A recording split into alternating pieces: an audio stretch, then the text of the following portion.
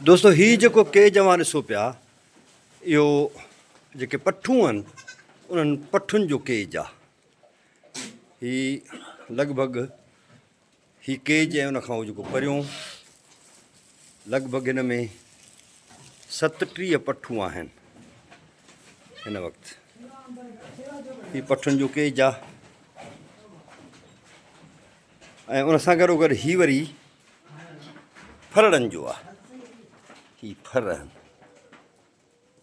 फरड़नि जो केज आहे।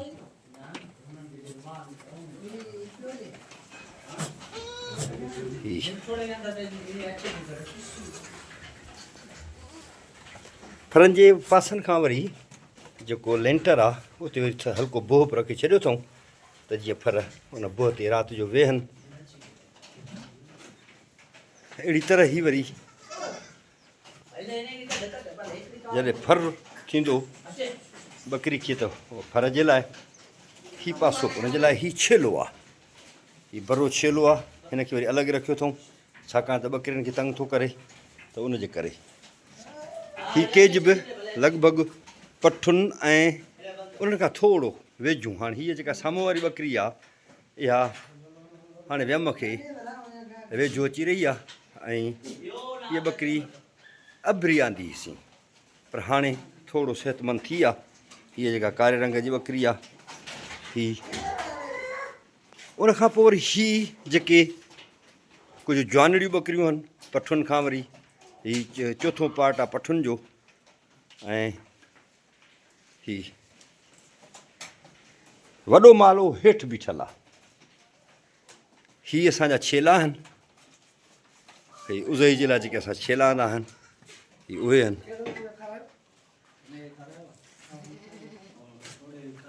हर हिक खे पंहिंजो अलॻि अलॻि पाणी जा केज आहिनि।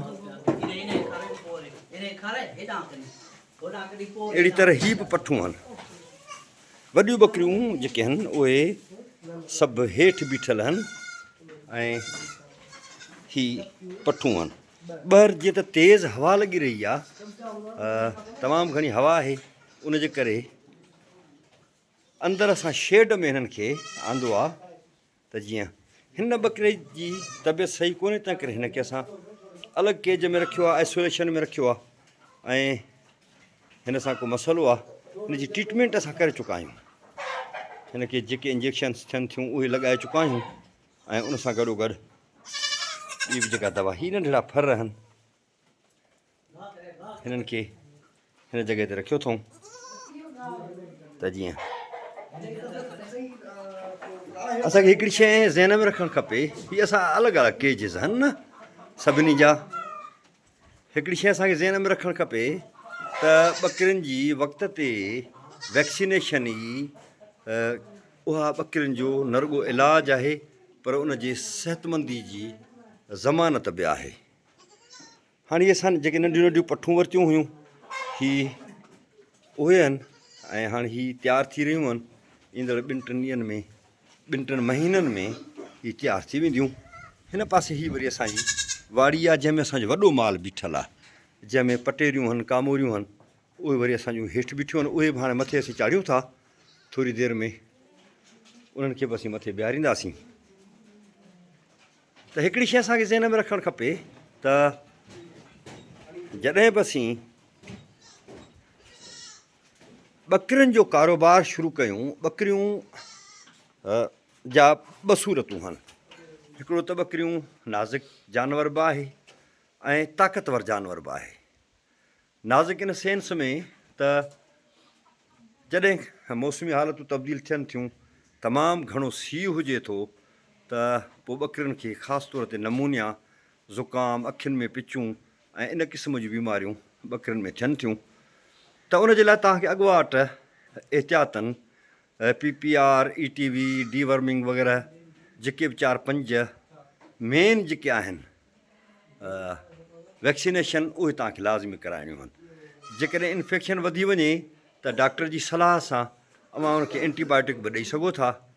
ऐं ॿकरियुनि खे माहौल साफ़ु सुथिरो हुजणु खपे, उनजा केजिस साफ़ु सुथिरा हुजणु खपनि, उनजी सफ़ाई रेगुलरली थींदी रहे त पोइ अव्हांजो माल बीमार न थींदो।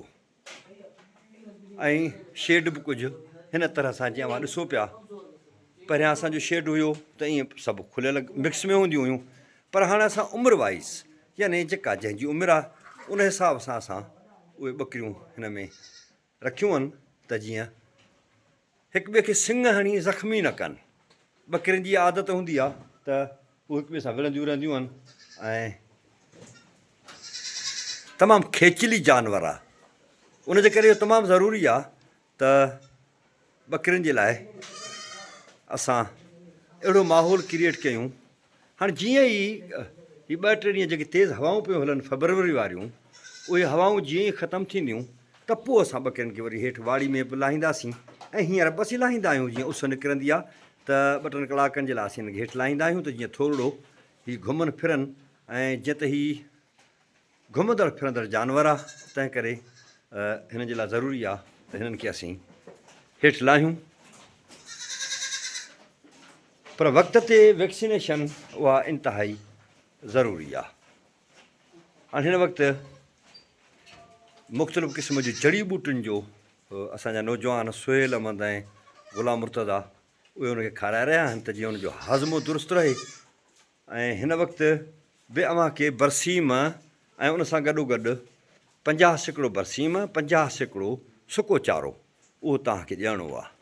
हाणे हीअ ॿकरी वियम खे परियां जेका साम्हूं तव्हां ॾिसो था, वियम खे बिल्कुलु वेझो आहे। त दोस्तो अव्हां जे लाइ इहा गुज़ारिश आहे त अव्हां सुठो नाणो कमाइण जे लाइ ऐं तव्हां बजाए नौकरियुनि जे पोयां डोड़ण जे तव्हां पंहिंजो कारोबार करे सघो था। ऐं उन कारोबार जे लाइ ज़रूरी आहे तव्हांखे वक़्तु ॾियणो पवंदो। को बि कमु वक़्तु ॾियण खां सवाइ नथो करे सघिजे। हाणे हीअ फिल्टर वारो पाणी पीअनि थियूं, पर हिन फिल्टर खे सफ़ाई जी सख़्तु ज़रूरत आहे। हिन खे सफ़ाई कराइणी पवंदी, अंदरां बि हिन खे प्लस्तर कराइणो पवंदो त जीअं जीत जड़ो जेको आहे उहो हिन में न अचे ऐं अंदरां जीत हिननि खे कोई स्किन जा मसइला पैदा न कनि।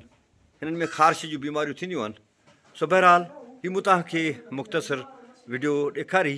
मूंखे उमेदु आहे त रूमी गोट फार्म खे जे चैनल खे अव्हां सब्सक्राइब कंदव, लाइक कंदव, शेयर कंदव ऐं कमेंट कंदव, सुवाल कंदव असां सां।